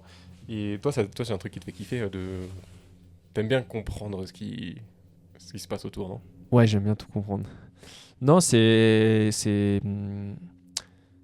vraiment c'est excitant. Franchement, j'ai souvent été dans ce rôle-là parce que Salomon, c'est une marque, c'est une petite marque. Enfin, au niveau de la course, on est un petit service, mine de rien. Tu vois, il n'y a pas beaucoup d'athlètes. On aimerait qu'il y en ait plus, on y travaille, mais en tout cas, je pense que j'ai souvent été dans ce rôle-là, tu vois, d'être au sommet de la pyramide en fait et de développer pour moi, bien sûr, prioritairement, mais aussi pour que ça découle en dessous. Et ça, c'est une chance parce que si j'étais sur une autre marque, je vais te donner un exemple, si je suis chez Ed, devant moi, il y a Alexis Pinturo, il y a des dizaines d'athlètes presque. Et du coup, je pense je récupère les skis et on me demande pas mon avis, tu vois. Alors que chez Salomon, j'ai souvent été au sommet de la pyramide et c'est moi qui donnais l'avis. Et ça découlait, je pense, c'est marrant, j'ai l'impression que j'ai été plutôt bon là-dedans. On a souvent sorti des bonnes choses qui ont marché derrière pour d'autres aussi. Et voilà, c'est un job pas facile. Des fois, je me suis perdu, des fois, c'était trop compliqué. Mais en tout cas, ouais, je pense que c'est quelque chose qui me plaît. Pourquoi pas le faire plus tard. Mais si tu veux, tant que je peux skier des skis de course à haut niveau, c'est pour faire des compétitions, tu vois. Ouais. Donc ça sera toujours priorité à la compète que de me dire vas-y, j'arrête et je vais faire testeur. Si je skie encore bien, je fais coureur, tu vois. Ouais, bien sûr. On en a parlé avec un autre invité sur le fait que Odermatt soit un des seuls sur sa marque et que ce soit aussi un avantage, du coup, comme tu le dis, d'être en haut de la pyramide et de pouvoir faire tes retours, que les ingénieurs t'écoutent et que tout soit en osmose pour avoir la meilleure performance possible pour un seul skieur. Ouais, Odermatt, tu vois, je pense, par exemple, c'est un bon exemple parce que en fait, il a sa base qu'il a développée depuis qu'il a 16-18 ans là, et du coup, il a vraiment un socle fixe et qui peut peut-être faire un petit peu évoluer. Quand ça va pas, je pense qu'il peut se raccrocher à ça et il sait que c'est performant. Et moi, malheureusement, ma carrière, avec les blessures, avec un peu les changements de marque, avec aussi les changements de nomenclature de règles, tu vois, j'ai attaqué le géant en Coupe du Monde, j'avais des 27 mètres. Après, il y a eu les règles de la FIS, j'ai fait des années à 35. Et après, je suis revenu à 30, tu vois, donc j'ai changé 3 fois. C'est comme si quand ils changent les règles en bagnole, en Formule 1, tout le règlement, là, ce qui va arriver. Ou en MotoGP, moi j'ai vécu ça et du coup avec les blessures et tout, j'ai pas réussi à avoir pendant 15 ans genre un socle fixe. Par contre, tu vois, au Dermat, j'ai eu la chance, vu qu'on a le même équipe, on est tous les deux en chaussures Salomon et il a des fixations Salomon. J'ai déjà essayé de skier des trucs qu'il avait. Moi, j'y arrive pas. Ça me va pas. Tu vois. C'est pas, en fait, on est complètement différents, je pense. Ça va pas sur quel point? Ouais, c'est pas ma façon de faire le virage. C'est soit trop dur, trop agressif, tu vois. Et je pense que c'est ce qu'on voit en fait là en équipe de France. Steven Amier, il skie pas avec les mêmes choses que Clément Noël parce que en fait, il skie pas du tout pareil. Il y en a un, il fait 1m90, l'autre il fait 1m80. Ils ont pas les mêmes façons d'appuyer dans la courbe, de voir le virage et tout. Donc en fait, c'est vraiment, tu vois, à toi de trouver ce qui te va aussi quand même. Ouais. J'ai envie qu'on revienne un peu sur la course. Maintenant qu'on a parlé un peu de tout le matériel et de son importance. Avant une course, t'es en haut, t'es au départ. Qu'est-ce que tu fais? Est-ce que tu regardes les autres passer avant toi, ou est-ce que t'es sûr de tout ce que t'as reconnu, du coup tu sais où tu vas passer, t'as pas besoin de voir comment ça passe? Ça pareil, c'est quelque chose qui est propre et personnel. Moi j'aime pas trop regarder beaucoup de monde parce qu'après je trouve que je deviens spectateur de la course. Ouais. Tu vois, c'était justement le gros problème en 2024 quand je reviens de mes blessures, je pars dernier. Du coup j'attends pendant 1 heure et demie au Team Hospitality, là, la salle qui nous est réservée, et bientôt je me fais la course comme toi dans ton canapé devant Eurosport, tu vois. Sauf que après t'arrives, tu sais plus où t'es, quoi. Ouais. Donc non, pas trop. Je pense que c'est important d'en regarder de temps en temps, mais bon, tu vois, aujourd'hui par exemple, je suis 27 à la première. En fait, j'ai pas le temps d'en regarder. Donc ça dépend. Tu vois, moi je vais peut-être en regarder un ou deux, juste pour me conforter dans ce que j'ai vu à l'Arco. Mais je peux ne pas en regarder du tout et me fier à ce que j'ai vu à l'Arco et me faire confiance. C'est plus, tu vois, voir l'évolution du terrain et voir aussi s'il y a vraiment un truc que t'as mal appréhendé ou mal jaugé, et un passage genre qui est hyper délicat en fait et que tu pensais pas tant que ça. Et les 1 ou 2, tu vas les sélectionner, ou est-ce que c'est un truc en mode t'as 2 minutes entre 2 échauffements? Des fois, ouais, j'ai pas le temps, donc je prends celui qui est à la télé. Et ça, des fois, il y en a, c'est pas bon signe c'est pas top à les regarder. On donnera pas de nom. Donc sinon, non, je vais quand même essayer de sélectionner. Ce matin, on me dit que Christo il a fait une bonne manche, je regarde Christo, tu vois. Mais tu regardes en replay? Ouais, replay. D'accord. Okay. Ouais, parce qu'il y a toujours une télé au départ, mais c'est un peu galère, il y a du monde et tout. Et si je peux, tu vois, mon technos, il a le téléphone et je me fais replay d'un mec qui m'intéresse. Ok. Ah oui, c'est bien de les avoir à la carte aussi. Ouais. Et ensuite, après ça, donc là, tous les dossards avant toi sont passés. Tu arrives dans cette petite cabane où le silence règne, où j'imagine que la pression, je sais pas quel est le mélange d'émotions qu'il y a dedans. C'est de la pression, de l'excitation. Mais en fait, tu le connais, ce mélange. Ouais, mais on a peut-être pas le même. Mais si. Je pense que moi, c'est ce que je dis toujours en fait, c'est que la cabane de départ, c'est un moment unique et exceptionnel. Tu vois, je pense que tu retrouves ça nulle part ailleurs. Dans d'autres sports, forcément, il y a des moments de tension. Tu vas passer un examen, il y a des moments de tension. Mais cette alchimie-là, tu l'as vécu aussi.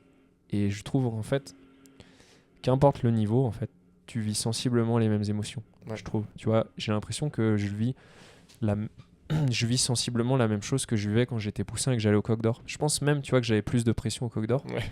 Parce que quand t'es poussin, t'as qu'une course, c'est le Coq d'Or, t'as que ça, tu vois. Moi, la Coupe du Monde, j'ai de la chance, j'en ai tous les week-ends. Ouais, c'est clair. Et même s'il y a la télé, il y a le public, il y a la piste, les plus glaces et les plus raides, ce que tu veux, en fait, à chaque moment de ta vie de skieur, tu t'es mis dans les conditions du moment, tu vois. Et je pense que finalement, ce que je ressentais dans la cabane de départ au Coq d'Or quand j'avais 10 ans, c'est pas si éloigné que ce que j'ai ressenti ce week-end, et c'est pas si éloigné que ce que toi tu sens quand tu fais un mémorial ou un Grand Prix, franchement. Ouais, moi perso c'est l'endroit le plus. En fait, tu te mets ta pression à ton niveau. Ouais, bien sûr, et puis à ce que tu espères aussi derrière. Et puis après, le fait de le faire tous les week-ends, tu commences à avoir une habitude. Ouais, ça c'est sûr. C'est ton bureau. Ouais, mais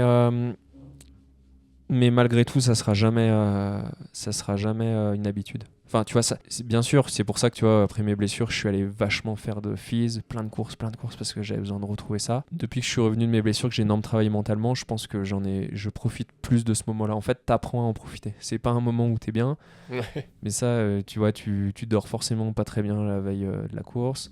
Le matin, t'es pas forcément hyper pompé up, on y va, tu vois. C'est une tension constante, mais c'est sûr qu'avec le temps, t'apprends à l'apprécier et tu t'y habitues, mais ça sera jamais commun non plus, je pense. Et elle t'a manqué du coup pendant ces 2 ans de... Ouais, bien sûr. Alors c'est un paradoxe en fait, tu vois, c'est que c'est un moment qui est pas agréable. Mais t'as quand même envie de le revivre. Mais tu peux le vivre que ici, et c'est pour ça que tu fais ça depuis que t'es tout petit, tu vois.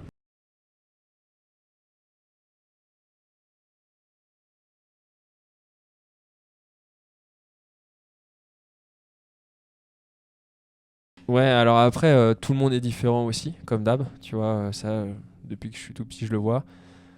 Il y a des mecs, ils ont besoin de se remonter comme des... Tu sais, c'est un zoo là-haut, franchement.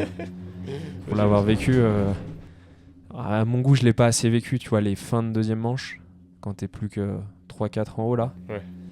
Quand t'es dernier, Clément, je pense, pourrait bien t'en parler, mais il n'y a plus personne. Et là, c'est vraiment le silence. Ouais, c'était quelque chose. Moi, je l'ai vécu qu'une fois. J'espère le vivre encore, tu vois, mais j'ai vécu des belles situations de tension et ouais, vraiment, tout le monde est différent. Christo, c'est un animal. Et là, il a vachement, tu vois, il s'est assagi, mais des fois, il était obligé de se mettre dans un état de... Il vomit au départ, tu vois, il vomit, t'as des mecs qui crient, et puis t'as des mecs à l'inverse qui sont complètement calmes. Moi je suis plutôt actuellement dans cette voie-là, tu vois, donc moi j'ai besoin vraiment de me centrer sur moi, d'être très calme, très posé pour être vraiment focus sur ce que j'ai à faire. Et après ça, t'as ton petit rituel, tu tapes 2 fois, tapes les coachs, c'est parti. Ouais, c'est assez... je dirais pas que c'est de la superstition, c'est plus des routines. Je sais pas, c'est une manière aussi de dire à ton corps et ton cerveau, c'est le moment, tu vois. Ouais. Et du coup, je l'ai fait tout le temps à l'entraînement et c'est des routines en fait, ouais. Et je t'ai vu même le faire à l'arco, en bas dans la raquette. Quand tu te refais le départ. En bas, ouais. Tu fais parce que je me refais c'est ma course, tu vois, je me la refais. Et je pense que c'est ce qui fait que du coup, moi je suis toujours parti du principe qu'en fait, alors c'est en train un peu d'évoluer, tu vois, avec l'expérience en vieillissant, j'arrive à, comme je te le disais, la course c'est un autre monde que l'entraînement et j'arrive à des fois pas forcément faire l'entraînement que je veux et pourtant faire une très belle course derrière. Toute ma carrière, mon leitmotiv c'était de me dire déjà fais les choses à fond pour ne pas avoir de regrets. Mais surtout, à l'entraînement, essaye de te mettre le plus possible en condition course pour que du coup, le jour de la course, t'es juste à répéter. Ça, pareil, il y a plein de profils différents. Il y a des mecs, tu vois, c'est des bêtes de course, ils peuvent être nuls à l'entraînement et puis le jour de la course, ils arrivent à clipser. Et moi, je voyais pas, pour moi, c'était impossible, tu vois, de skier à 80% et le jour de la course, par magie, je vais me mettre à 100, 110 et ça va passer, tu vois. Donc, j'étais toujours à 100, 110 à l'entraîne pour que le jour de la course, j'ai juste à répéter. Et ce petit rituel que tu as avant chaque départ. Ça y est, on est coincé. Ça y est, on est sacrément haut là quand même. 16h57, c'est fini. Ouais. Bonne nuit. Bon, on a tout le temps de tourner. Et les oiseaux des neiges. Je vois pas mon sang. Là, on peut pas sauter, par contre. Ça va être technique. Ce petit rituel, tu l'as depuis le tout début ? Tu l'as mis en place récemment ? Non, j'ai depuis très longtemps. Après, il évolue en fait, tu vois. Il évolue avec le temps. Mais là, ça fait quand même quelques années que c'est sensiblement pareil. Mais tu passes des caps, tu vois, tu valides des choses et puis tu t'attaches à certaines choses, d'autres que tu libères. L'idée, en fait, c'est de se dire, il n'y a rien qui est indispensable. Demain, j'ai pas le temps de taper dans mes bâtons, c'est pas grave, tu vois. Mais disons que ça fait partie de la routine. Voilà. T'arrives aujourd'hui à garder la même motivation qu'à 28 ans pour continuer de courir ? Ouais, clairement. Le ski, c'est ce que j'aime le faire le plus au monde. Et s'il y a bien une chose dont je suis sûr, c'est que j'aime toujours ça, toujours autant, et j'ai toujours autant envie d'en faire, tu vois. C'est ça qui me rassure. Bien sûr, c'est pas non plus les vacances tout le temps. La préparation physique, c'est très très dur. C'est pas rigolo du tout. Il y a des endroits, des fois c'est moins rigolo. Ça fait 18 ans pour te dire que je vais à Ushuaia, par exemple. Ouais. Cette année, c'est la première fois, je me suis dit, pas de grosses nouveautés, tu vois. Pas trop d'exotisme. Ouais. Donc, c'est pas tous les jours la fête. Mais en tout cas, il y a une chose dont je suis sûr et bien sûr, c'est que quand j'ai les skis aux pieds, j'ai toujours autant envie d'avoir ces sensations-là, de travailler mon virage, mes courbes. Et ça me rassure sur le fait que, en fait, tant qu'il y a ça, faut y aller, quoi, tu vois. Là, tu prends saison après saison ou est-ce que tu te dis dans un coin de ta tête 2030 en France Là, du coup, tu me demandes de faire une annonce. Je sais pas si t'as besoin d'annoncer ou si t'as Non, si tu veux, j'ai de la chance, j'ai de beaux exemples devant moi, c'est-à-dire que j'ai des gens qui ont 3-4 ans de plus que moi en slalom et qui sont encore hyper performants, comme comme le Dave. Le Dave, heureusement qu'il est là, tu vois, parce qu'en 2024, quand j'y arrive pas, ça me passe par la tête de me dire est-ce que je suis encore au niveau, est-ce que physiquement ça va encore, et puis en fait, il y a un mec qui a 3 ans de plus que moi et qui fait des podiums. Ouais. Donc non, ce qui est sûr, c'est que moi, comme je te l'ai dit, j'adore encore ça. Si je suis revenu des enfers, là, c'est pas pour juste faire une année et puis dire au revoir, tu vois. C'est pour, je sens encore que j'ai le potentiel, je sens que je suis pas encore du tout allé au bout de mon chemin, tu vois. C'est ça qui fait avancer. Sinon, si je voyais que je plafonne, j'arrêterais, mais je vois que je suis encore en pleine progression. Donc tant que je pourrais le faire, j'en profiterai, quoi. Tu vois.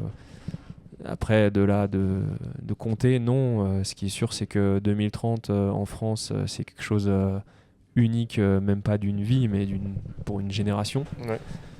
Et que c'est possible, techniquement parlant, puisqu'il y a des mecs qui ont 40 ans actuellement et qui sont là. Donc, c'est pas utopique. Voilà. Maintenant, avant ça, il y a beaucoup de choses à faire. Ouais. Il y a pas mal d'années, pas mal de courses. Donc, je suis à la fois focus sur mon présent, sur mes courses. Mais ce qui est sûr, c'est que tant que je pourrais faire cette vie-là, c'est la vie dont j'ai toujours rêvé. Donc, je m'en priverai pas. Est-ce qu'on a le temps de refaire un tour ? Demande peut-être. On a le temps de refaire un tour ou pas? Non, je pense pas. Ah ouais? 17h, c'est chaud. Demande. Je sais pas si vous avez prévu peut-être, mais. Demande-lui. C'est le 15. Attends, je vais demander.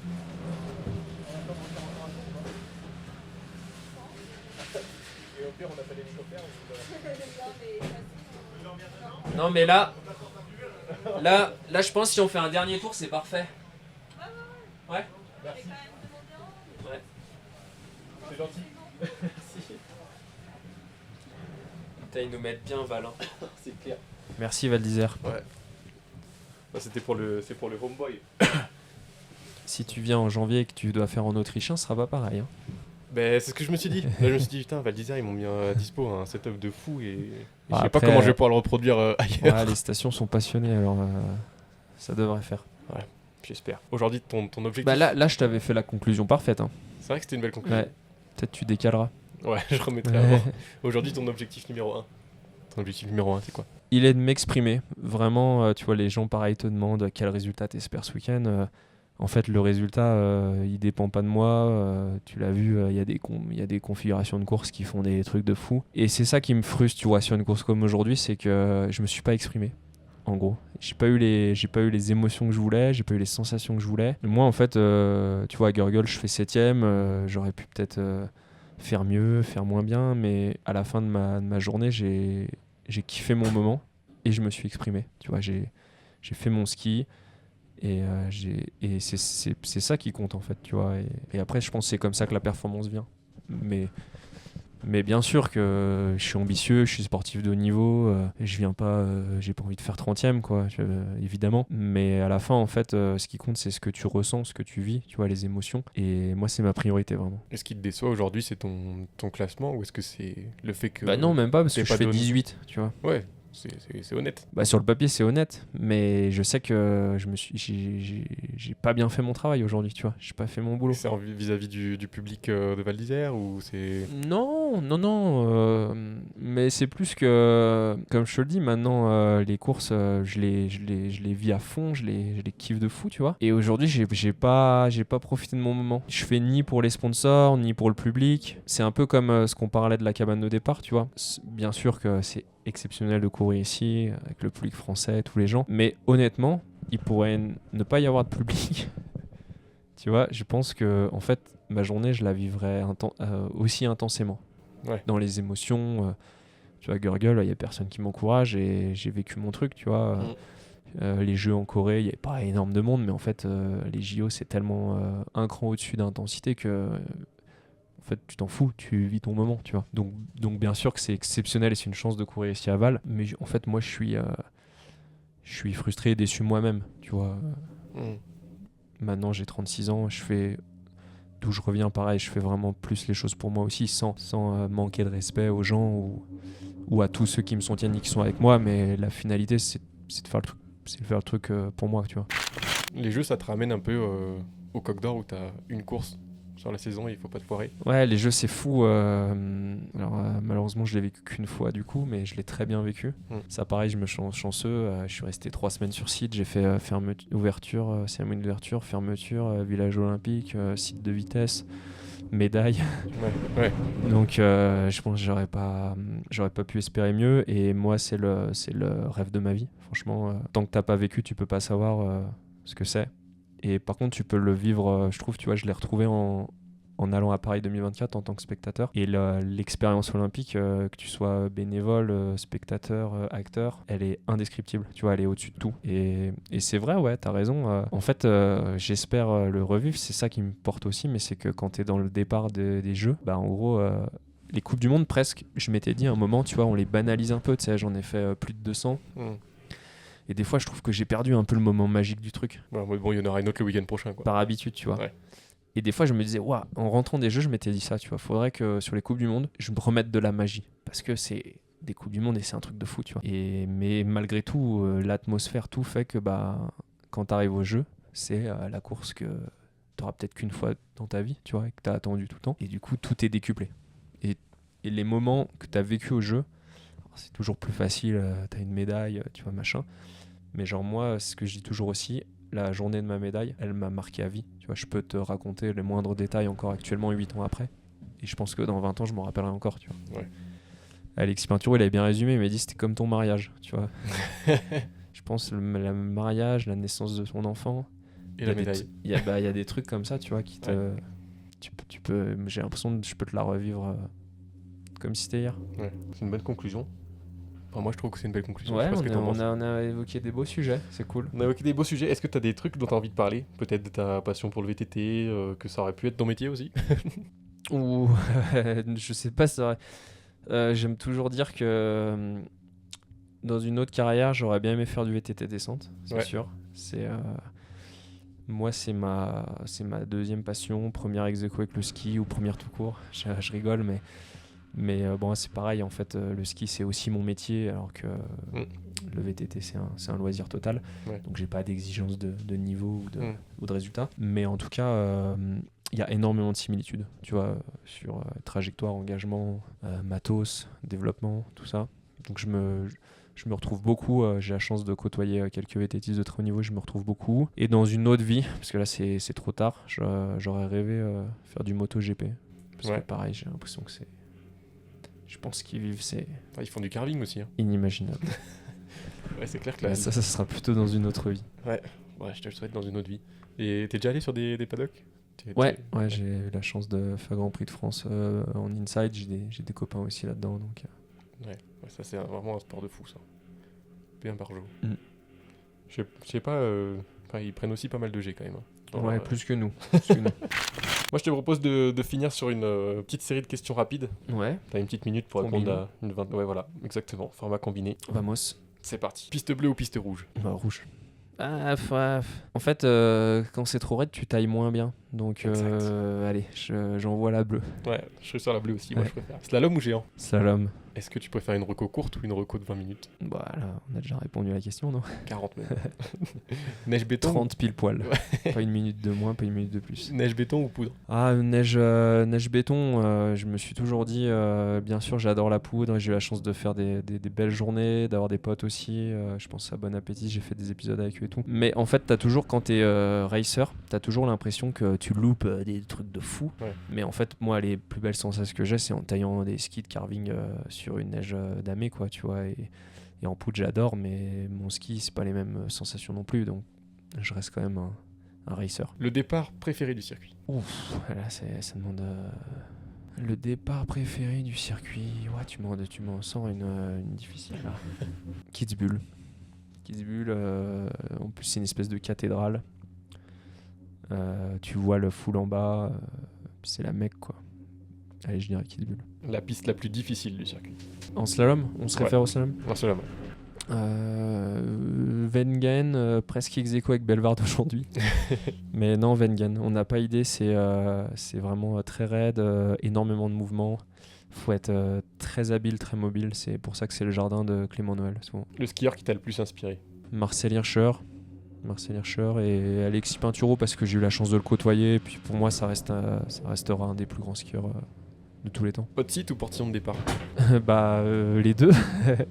Portillon de départ pour les émotions, comme on a dit, et hot seat pour la libération. La musique que t'écoutes avant de partir? Je suis vachement évolué au fil du temps. J'ai un peu les bases aussi, le socle là depuis 1 ou 2 saisons. Je mets beaucoup de piano, genre ça me calme. Du tu vois. Ludovico? Ouais, exactement. On allait le voir en concert, génial. Et moi aussi. C'est vrai. Et par contre, avant le départ, plutôt électro, un peu qui me bouge, tu vois. Genre Ok. au début, je me calme, et puis la dernière, je m'en mets une un peu plus move pour danser, tu vois. Gagner une course ou savoir faire un backflip? J'ai jamais fait de backflip de ma vie, malheureusement. J'ai fait une tentative au comité, et j'ai fini sur la tête. Oula. Ouais, ça a été ou... Ça a été, mais j'ai jamais retenté. Peut-être faudrait que je m'y mette, mais non, je suis plutôt les pieds sur terre. Ouais, je comprends. Donc, sans hésiter. Ok. L'objet indispensable dans ta valise. J'en ai beaucoup. J'en ai beaucoup parce que je voyage avec beaucoup de choses. Pour skier, Ouais, quand tu voyages là sur la Coupe du Monde, qu'est-ce que tu peux pas oublier? mon protège-dents et mes lentilles, tu vois. Protège-dents pour le slalom, mes lentilles parce y que voir. sinon c'est compliqué de skier avec les lunettes. Ouais. Ça c'est très important.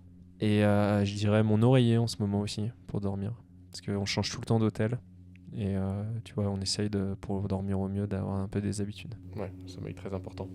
Le truc que tu détestes dans la vie d'athlète? Faire les sacs, tu vois. Ah ouais. Les chambres, tout le temps défaire le sac, refaire le sac. La logistique des bagages, elle est chiante. Ouais, j'imagine. Et mettre les chaussures de ski, ça fait mal aux pieds aussi. Ah, même vous? Ouais. Ouais, comme tout le monde en fait. L'étape... Plus. Ouais, c'est encore plus serré quoi. L'étape avec la meilleure ambiance de Coupe du Monde. Val d'Isère pour le public français, mais après, je l'ai toujours dit, on a la chance, le circuit Coupe du Monde, il est incroyable. En fait, t'as que des étapes qui ont leur spécificité. Tu vas à Lévis, c'est Père Noël en cercle polaire. Tu vas aux US, c'est les ricains, ils sont comme des dingues, ils t'encouragent jusqu'au dernier. Tu peux même faire dernier, ils vont te dire ce que tu fais, c'est énorme. Ouais. Esprit à l'américaine. En Autriche, c'est ambiance stade de foot. En Suisse aussi un peu, tu vois, Adelboden. Je dirais Adelboden quand même, c'est vraiment c'est quelque chose qui aura toujours une Il y a place. du monde. Ouais, et puis il y aura toujours une place particulière pour cette course, que ce soit dans le bien ou dans le mal. Tu vois, j'ai un peu tout vécu là-bas, mais je pense que ça restera quelque chose qui m'a marqué. Aussi Wengen, j'ai fait beaucoup de podiums là-bas. Le Japon, quand on y va, c'est fou aussi. Les Japonais sont dingues de ski, donc vraiment, on a la chance, on a un spectre qui est génial à vivre. Le sportif hors ski que t'admires? Hors ski, je fais pas du tout de tennis, mais j'ai adoré forcément Nadal et Federer, tu vois. Ouais. Nadal, ça m'a toujours ultra inspiré mentalement. Là, dernièrement, Marc Marquez en moto, là. Ouais, j'allais le pré-shot, tu vois. Ouais. Je l'aimais pas avant, j'étais Team Rossi, mais là, maintenant, je suis Team Marquez, À fond. 10 000. Allez, une dernière question pour la route. Si tu pouvais voler une qualité à un autre skieur, ce serait laquelle? C'est dur, j'ai le droit à plusieurs choix. Vas-y, construis ton skieur parfait. Le skieur parfait, ouais, bien, très bien ça. Le skieur parfait, il a la capacité à raccourcir et la hauteur de bassin de Clément Noël, tu vois, de pouvoir prendre des lignes. C'est quelque chose que je pense que je pourrais jamais faire dans ma carrière. Je ne peux pas prendre les lignes de Clément Noël, je suis pas efficace comme ça. Tu vois, moi, je suis obligé d'être beaucoup plus par la taille, par la rondeur. Donc le skieur parfait, il a l'entrée de courbe et la ligne tendue de Clément Noël ou de ce qu'Alexis a pu avoir aussi dans ses grandes années. Mais il faudrait lui rajouter, je dirais, la finesse d'un Marco Schwartz. Schwartz, là, franchement, on s'en rend pas compte, c'est dingue ce qu'il fait, toutes disciplines confondues. Et sur les plats, il a une capacité incroyable. Donc il faudrait lui rajouter ça. Et pour finir, en 3, il faudrait lui mettre la hargne à Christo. Parce que Christo, c'est fou aussi. Tu vois, il lâche jamais rien. Il arrive toujours et il serre les dents et il fait le truc. Tu vois. Là, les 3 ensemble, ça serait pas mal. Beau combo. Ouais. Bah écoute, merci Victor d'avoir pris le temps de venir dans cette cabine après la course, la rude épreuve de la phase de Bellevarde. Et bah, je te souhaite tout le meilleur pour le mois de janvier qui arrive et qui va être rude aussi. Ouais, il va être cool. Merci Max, c'était un bon moment. C'était pas gagné, mais je suis content qu'on l'ait fait. Ouais, c'était cool. Merci beaucoup. Ciao. Allez, ciao tout le monde. Merci de nous avoir écoutés jusqu'au bout. J'espère que ma mission de vous faire connaître vos idoles plus intimement est réussie, que vous avez passé un agréable moment en notre compagnie. Si c'est le cas, n'hésitez pas à partager ce podcast à vos proches, à vous abonner sur YouTube, Spotify, Apple Podcast. Et je vous invite également à aller suivre la page Instagram Télécabine Podcast pour revivre le meilleur moment de cette longue discussion entre passionnés. Je vous dis à très vite et encore merci pour votre écoute.